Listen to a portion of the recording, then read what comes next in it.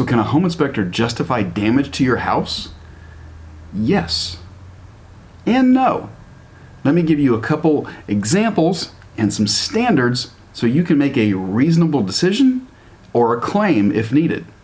Now take a look at this electrical panel.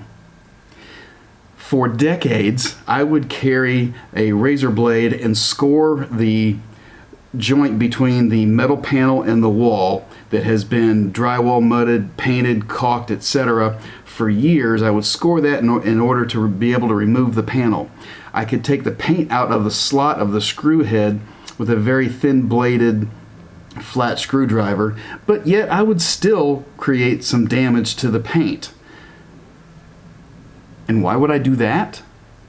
Well, because Florida State Standards says this: the inspector shall inspect readily accessible installed systems and components of homes listed in these standards of practice by using normal operating controls and opening readily operable access panels.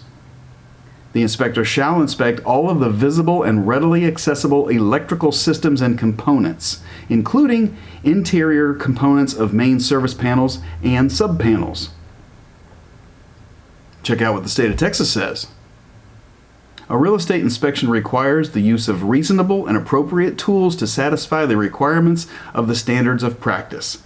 The inspector shall report as deficient appropriate connections such as copper and aluminum approved devices if branch circuit aluminum conductors are discovered in the main or subpanel. Well, that indicates they got inside the panel, right? Their definitions also state, to inspect means to operate in normal ranges using ordinary controls at typical settings, look at and examine accessible systems and components. What's the definition of accessible? In the reasonable judgment of the inspector, capable of being approached, entered, or viewed without disassembling items other than covers or panels intended to be removed for inspections. Intended to be removed for inspections. How about our state trade association and a national association? This is what they have to say. The inspector shall inspect interior components of service panels and subpanels. That's why we want to get inside the panels. Now, you might also argue that that panel that I showed you was not accessible, and I might agree with you. But listen, we find some crazy deficiencies inside panels. We also find crucial information that we need to make judgment calls in our inspection. Another big area that comes up all the time is damaged wood. Like when an inspector is walking around and probing and they damage something. Listen, if your wood is damaged, rotted, well, the inspector didn't make it rot. They just exposed it.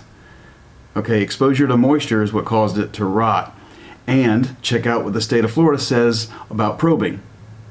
The inspector shall inspect all of the visible structural systems and components by probing structural components where deterioration is visible or suspected, or where clear indications of possible deterioration exist. So those are just a couple of areas that I'm familiar with. Your state or your area may be a little different. I understand.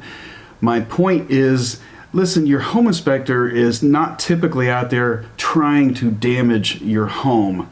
If we wanted to damage something, we have our ways. We can damage things. Listen, your home inspector is a mom or a dad or a brother or sister. They're just trying to do a job. So all we ask is that you be reasonable in your claim or your dispute. I hope this has helped. And if you've got a claim or dispute you'd like to share, well, I'd love to hear it. If you've got some really cool pictures, I'd love to see them too. And I appreciate your likes and subscribes. I hope this has helped.